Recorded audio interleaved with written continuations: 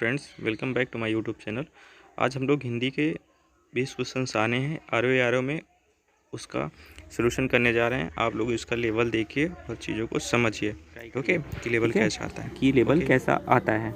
Okay, चलो start करते हैं। हम लोग पहले क्वेश्चन से लेते हैं, यमुना का पर्यायवाची शब्द क्या है। तो यमुना का जो पर्यायवाची शब्द होता है वो होता है कालिंदी, है ना।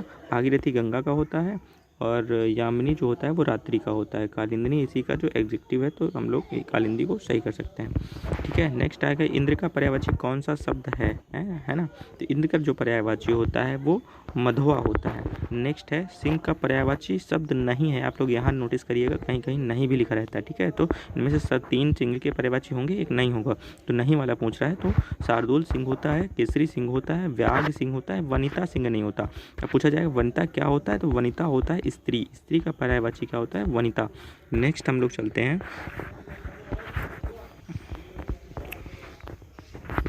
ये नेक्स्ट क्या कह रहा है कि गलत विलोम शब्द का युग्म कौन सा है। मतलब एक विलोम इसमें गलत है, तो प्रवेश का नवेश हो जाएगा, है ना। इसमें देखिए प्रवेश का नवेश, ये समझिए। मूक का वाचाल ये होता है, पुरस्कार का तिरस्कार ये भी होता है ना। भूत का भविष्य ये भी होता है। तो ऑप्शन हमारा कौन हो जाएगा, ये। मतलब गलत क्या है, गलत युग्म कौन सा है, प्रवेश। प्रवेश का जो होता है वो आना का जाना होता है ना, निर्गमन कह लीजिए आप लोग। ओके,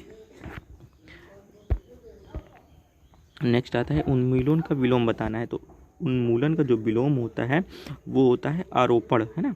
आरोपण मतलब आरोपण या रोपण।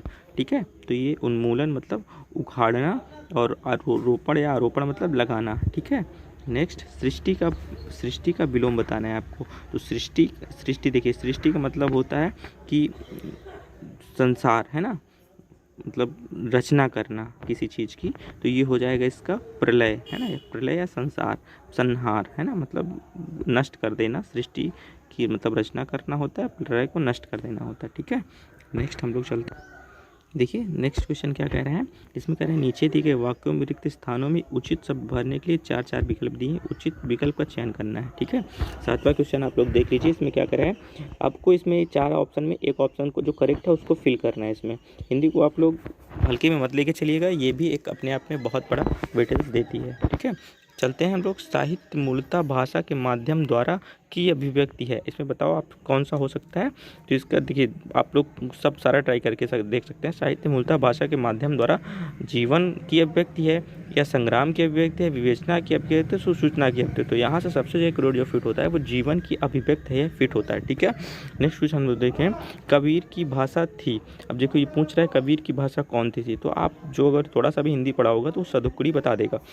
तो यहीं पे यहाँ फिल करना था इसको। नेक्स्ट हम लोग चलते हैं, 9वां क्वेश्चन देख लीजिए आप लोग। और क्वेश्चंस का लेवल समझिए कि हाँ चीज़ें कहाँ से आती हैं। जैसे पूछ रहा है हिंदी वर्णमाला में ऊष्म व्यंजन बताना है। तो ऊष्म व्यंजन मतलब जो संघर्ष होकर निकलते हैं, संघर्षी, जैसे स, श, स, ह, ये सब ऊष्म व्यंजन कहे जाते हैं। तो 9 का ए ऑप्शन सही हो जाएगा। अब कृदंत प्रत्यय क्या होता है। अब देखिए प्रत्यय आप समझिए इसको, ये बेसिक्स डिफिनीशन से इसको आपको जरूर से जरूर याद करना पड़ेगा। ठीक है, तो कृदंत प्रत्यय क्या होता है, क्रिया या धातु के अंत में जोड़ने वाले प्रत्यय। क्रिया या धातु के अंत में जोड़ने वाले प्रत्यय कृदंत प्रत्यय कहलाते हैं। जैसे चलना हो गया, है ना। चल धातु है, मान लीजिए आप लोग पढ़े होंगे संस्कृत में धातु रूप। तो यहाँ पे चल है, तो चल धातु में आना प्रत्यय लिख गया है, तो वो क्या हो गया, चलना। ठीक है, जैसे खाना है, जैसे सोना है, सोना, है ना, तो आना प्रत्यय लग गया सन में, तो ये होता है। ठीक है, तो कृदंत का बता दिया मैंने। क्रिया या धातु के अंत में जोड़ने वाले प्रत्यय कृदंत प्रत्यय कहलाते हैं। जैसे चलाना में है, चल धातु होती है, आप समझे होंगे, रूप पढ़े होंगे। चल धातु में अगर आना प्रत्यय लग गया, प्रत्यय मतलब जो अंत में जुड़ता है, तो चलाना हो गया। ठीक है, तो यहाँ पे ऑप्शन नंबर सी सही हो जाएगा हमारा। खांसी का तत्सम रूप क्या है। आप देखिए ये बहुत ही अच्छा सवाल कह सकते हैं हम लोग इसको। तो खांसी का तत्सम पूछ रहा है। तद्भव तत्सम आप समझिए, तद्भव मतलब होता है गलत और तत्सम मतलब होता है शुद्ध। ठीक है, तो इसका क्या हो जाएगा, खांसी का काश, है ना। खांसी का जो हो जाएगा वो काश हो जाएगा। इसका तत्सम रूप, शुद्ध रूप खांसी का काश हो जाएगा। तत्सम रूप के बारे में आप लोग एक और बात समझिए कि तत्सम क्या होता है, संस्कृत से रिलेटेड चीज़ें होती हैं। जो शुद्ध उसका होता है वो संस्कृत में के अकॉर्डिंग आप लिखा जाता है, जैसे, है ना। तो खांसी को संस्कृत में काश बोलते हैं, यही तत्सम होता है इसका। खाती आ गया, तो खादी का जैसे पूछे तो खाती का किसका तत्सम रूप है, तो खाई, है ना, खाई का खाती हो जाएगा, है ना। और जैसे खान का पूछा जाए तो खान का खनी हो जाएगा, खान का ये तत्सम रूप खनी है। जैसे खरजू को पूछा जाए तो संस्कृत में खुजली को खरजू कहते हैं, ठीक है। तो ये खुजली का तत्सम रूप हो गया, खुजली का शुद्ध रूप हो गया, खुजली का संस्कृत रूप हो गया। ओके, नेक्स्ट देखिए, अब नेक्स्ट क्वेश्चन पे हम लोग चलते हैं। तो जैसे पूछा है गाभिन का तत्सम रूप क्या होगा, है ना। तो संस्कृत की चीज़ें आप लोग समझिए, तो किससे मिला सकते हैं, गर्भड़ी, गर्भ धारण करने वाली क्या होता है, गर्भड़ी। अब गर्भिन हो नहीं सकता क्योंकि ये गलत है, और गर्भन हो नहीं सकता क्योंकि ये गलत है। और गणेश आप जानते हैं कि ये गणेश जो होता है, ये गणेश का तद्भव है, गणेश। ओके, नेक्स्ट क्वेश्चन पे हम लोग चलते हैं। तद्भव रूप है, अब देखिए तद्भव तत्सम आप लोग को आँख बंद करके याद करना पड़ेगा। तद्भव होता है अशुद्ध, तत्सम होता है शुद्ध, संस्कृत रूप जिसको बोलते हैं तत्सम होता है। अब उसमें पूछ रहा है तद्भव रूप कौन सा है, तो देखिए सांझ का संध्या ये तत्सम है। दुग्ध तत्सम है, इसका तद्भव दूध हो जाएगा। सैया, जो सैया होती है वो सेज तत्सम है और सैया तद्भव है ना। सॉरी मतलब सेज तद्भव है और सैया तत्सम है। सैया शुद्ध होती है और सेज अशुद्ध होती है। अब पूछ रहा है तद्भव कौन, तो सिल जो होती है, यहाँ पे देखिए फिर से मैं आपको बता रहा हूँ, सिल ये तद्भव रूप में लिखा है। इसका जो शुद्ध रूप होता है वो शिला होता है, तक्षशिला वाला शिला, ठीक है।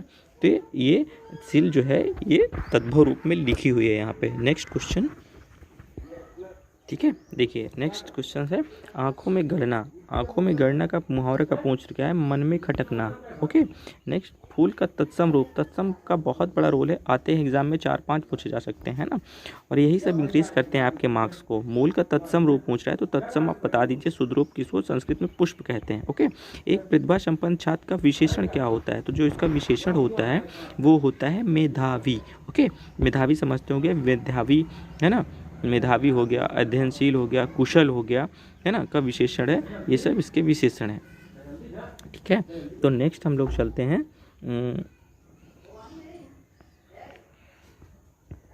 ठीक है। तो इसके अकॉर्डिंग ये होगा, आप लोग अध्ययनशील, चतुर और कुशल मत लगाइए। मेधावी छात्र सुने होंगे ना कि अध्ययनशील, कुशल, और इसके अकॉर्डिंग विशेषण पूछ रहा है, तो जो पहले आके उसकी विशेषता बता जाए। ओके, तो इसका सही ऑप्शन हो जाएगा ऑप्शन नंबर डी, प्रतिभा संपन्न छात्र को मेधावी कहते हैं। नेक्स्ट देखिए, कौन सी हिंदी की उपभाषा नहीं है। अब आप लोग इसको याद करेंगे। पश्चिमी हिंदी होता है, राजस्थानी हिंदी सुने होंगे, पूर्वी हिंदी, मराठी हिंदी नहीं सुने होंगे। ओके, तो इसका सही ऑप्शन हो जाएगा ए। आए थे हरिभजन को ओटल लगने के बाद, लोकोक्ति का अर्थ आपको बताना है।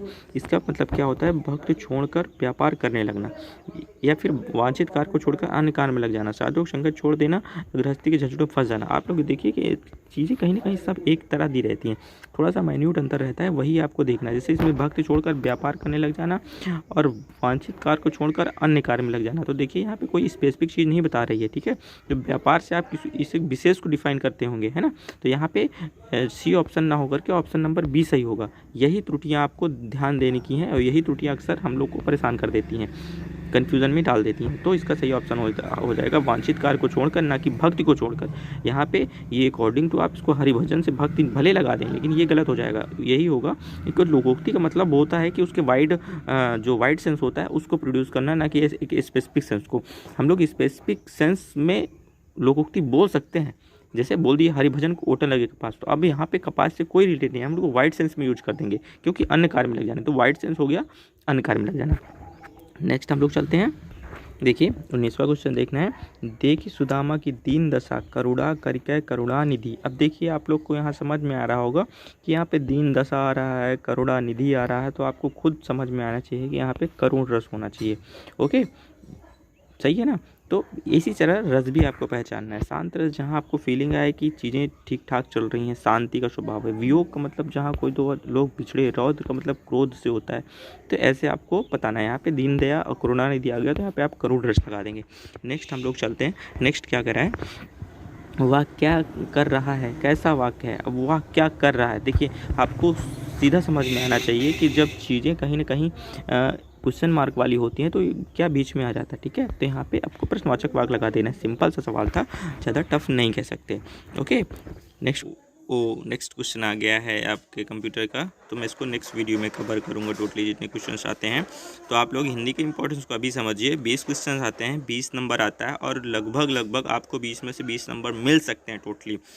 एक बार चीज़ों को रिवाइज करना है बस। ओके, तो नेक्स्ट वीडियो में जल्दी लेके आऊँगा। अगर आपको अच्छा लगा वीडियो तो लाइक शेयर एंड सब्सक्राइब करें। Okay, thanks for watching, have a nice day. Next question.